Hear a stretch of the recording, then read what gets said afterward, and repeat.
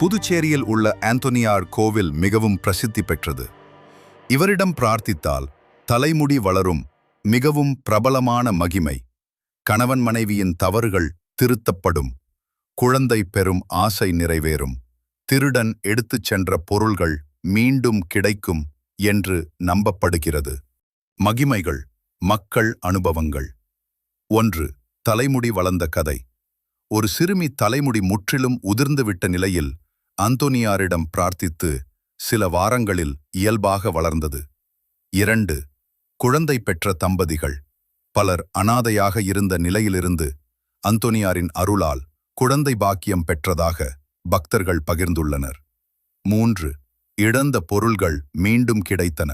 சிலர் தங்கள் விலையுயர்ந்த நகைகள், பணப்பைகள் போன்றவற்றை இழந்தபோது அந்தோனியாரிடம் வேண்டி அதே இடத்திலேயே மீண்டும் கிடைத்ததாக சொல்கின்றனர்.